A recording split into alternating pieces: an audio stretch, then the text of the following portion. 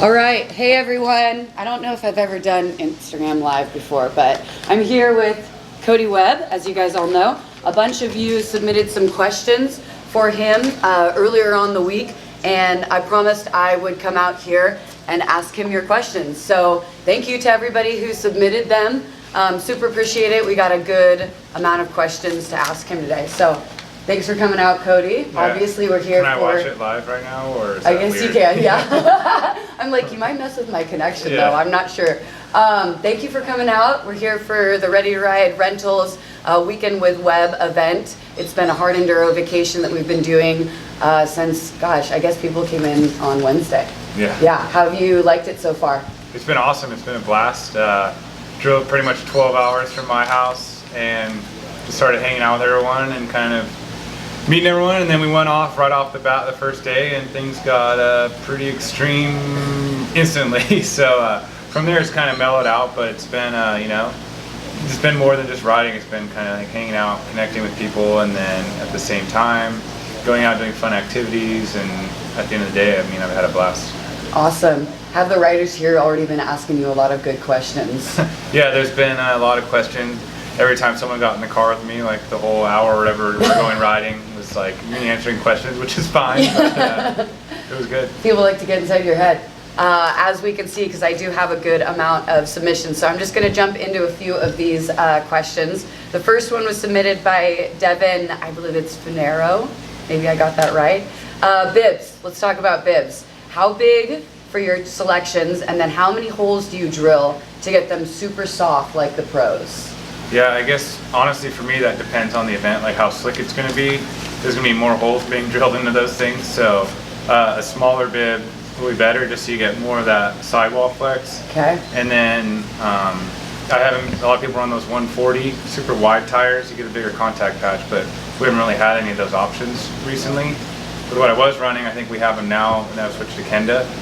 But I've been running the 110, 100, a little bit narrower, but you got more of that sidewall flex. And for sure, a smaller bib, normally a lot of times I wouldn't even drill them. I just had a severely used and abused bib that was beat down and quite a bit softer, and I ended up running something like that. Nice. Perfect. Did you get that, Devin? Speaking of tire switches, we had another submission from Pete Schiavone, another fun last name, and he was asking, switching bikes, there's a learning curve. What is the best thing you like about the Sherco, and what didn't you like that you had to change? And then is there a big difference between the Kenda and the Dunlop tires? Okay, there's a couple questions in there. So probably my favorite thing about changing so far from the K-chain to the Sherco is just the low end torque that the Sherco has. It's got that electronic power valve and a key and carb, and it kind of it gels, it works really well. So for me, I've been really happy with that, and I can like almost lug up anything if we're doing extreme stuff. It's almost the ideal bike for that type of riding. Nice. And then the next one was the tire question, The right? Tires, yeah, the biggest there was difference between something Kenda else. I forget what it was. So in between those, there's a learning curve. Like, what didn't you like that you had to change about the Sherco? I don't like the rear brake pedal, and we're working on designing a new one. They make the same one for the 450 and all the other bikes. You think that's because of you specifically, because of your height, or just what is it about it you don't like? It just sticks out for because the 450 has a wider clutch. Okay. So I find myself standing on the rear brake when I don't want to. Gotcha. So interesting. But we've got some prototypes. I just haven't had the time to test them yet because I haven't been riding too much. That is something you'll change, yeah. So. Okay. And then Kenda to Dunlop, not enough time on the bike, but we're riding out everyone out here, and I just had a bone stock Washougal too, and everyone else was running gummy tires, and I was hooking up. But the rocks are grippy here.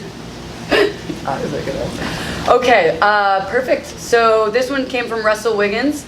Any recommendations for shorter riders who can't always easily put a foot down?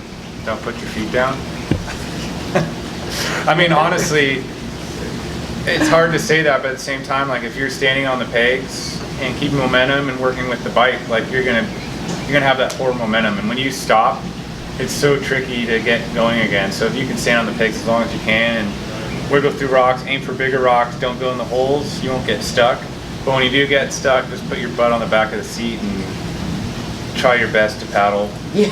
And honestly, I found a lot of people when they start paddling, you know, they'll dump the clutch and spin or loop out the bike. And Sure. Even on this trip, you know, a couple of guys got stuck in a rut and they couldn't get going at all. And I just kind of got on the bike and used clutch control and was able to torque up where they were stuck at. Practice So, clutch control and balance. you know, not on your- spinning and hooking up will help with shorter legs as well. That shorter as well. Perfect. That was a good one. And just don't put your feet down. And don't put your feet down. Working on balance. Yeah.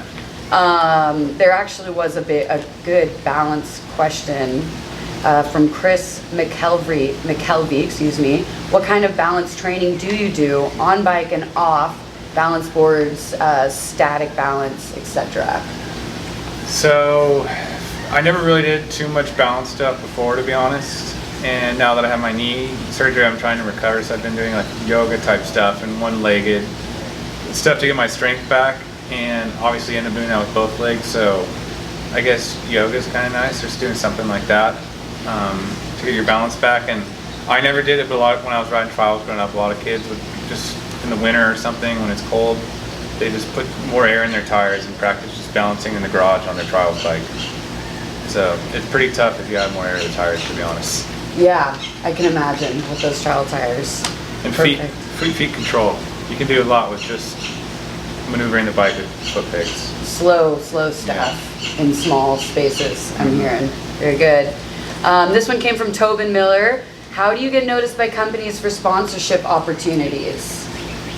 Yeah, that one's hard. I get that question a lot, to be honest. It's probably the most frequently asked thing people ask me on Instagram.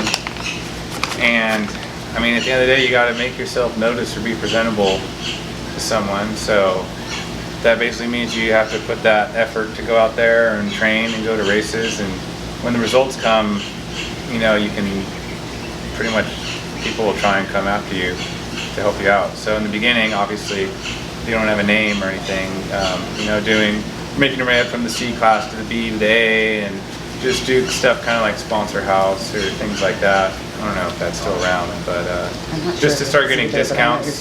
Yeah, reach out to companies to get discounts and make like a little portfolio, I guess, of what you've done and photos. People like photos and content. That's basically what it's become nowadays. So the content thing is huge. There's people who almost don't even do competitions, just do cool content. Lots of content, yeah. So, but then you got to get wild sometimes, and I like being safe. Yeah, depending on who you are, Yeah. different levels, different limits. But it's not anything that comes overnight, unfortunately. I mean, It's a lot of compounded efforts for many years sometimes. And they also say, like, when you're winning, you can do whatever you want. So winning helps. Winning helps. So lots of practice goes in Yeah. there too, practicing to get better. Yeah, very good. Let's see, there's a couple more submitted here by Pete that I really liked. He's asking if you're going to be any of the West rounds other than Erzberg and TKO. I'm not sure if you're going to Erzberg and TKO. Any other West rounds that you're doing this next I'm not doing the season? full West Series just because I don't want to. Okay. I want to do the extreme ones because that's what I find joy in, and Okay. you know, it'd be cool to do the whole championship, but it's not all the manufacturers are supporting it, so I don't know. There's all the top guys are there, but at the same time, like, it's tough for your average guy to go out because you need like 3 different bikes for a whole championship to be competitive at the end of the year. Sure. So it's unfair for the amateur guy, but it's cool the amateurs can go do all these events, but I'll be doing the extreme ones, so probably Lagares, TKO, Erzberg, and Romaniacs. Okay. I don't know what the other ones are yet, I don't even remember. I put them in my schedule. Yeah. Espana's on there. I might do Espana. Yeah, I will not be to at the trip. Hawkstone. Hawkstone looks really awesome, but Hawkstone looks so I probably awesome. won't do that. I have a huge. It's a lot of traveling for Pacific Coast guy. I know, but beautiful country. Yeah. And I think, fast, but it would be a good one for you. Okay, there's that one. And then one of my favorite questions submitted, again by Pete. Will you be doing hard enduros when you are as old as Graham Jarvis? No.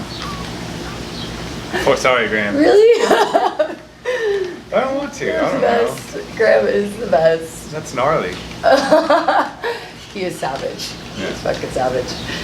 All right, well, that's it for our online submissions. I have a few more questions that I'm going to be asking, but that's all we're doing for live. You don't get to listen to those. Yeah, you'll have to check the Dirt Bike Magazine article, and we'll let you know where else we are. Thanks for following along. Definitely follow Ready to Ride Rentals, and keep an eye out for our next Weekend with Webb event. Is another one? Yeah.